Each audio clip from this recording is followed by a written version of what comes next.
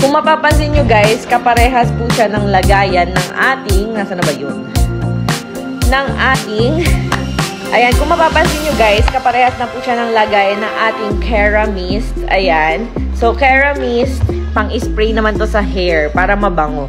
Ito guys is mock-up pa lang tong packaging na to, kaya hindi pa masyadong glossy, pero ganito yung finish na matatanggap nyo.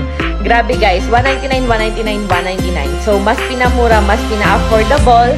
Ayan, at mas pinaganda. Kaya ano pang hinihintay nyo guys? Ayan, huwag na kayong mag-check out ng mga bagsak presyong produkto ni Rosmar dahil baka imbis na ikaw ay kuminis, magkaroon ka pa ng galis. Kasi alam nyo guys, may mga lumalabas na Dio Mist natin na ganitong packaging na sobrang mura. Naku, baka matakot kayo pag ganun kamura, diba? Pag yung super mura.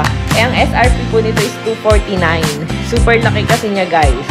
Ayan, kaya ito na yung new packaging natin guys ng Rosmar Premium Dio Mist natin. Ilalagay ko sa caption kung paano maka-check out. Love lots!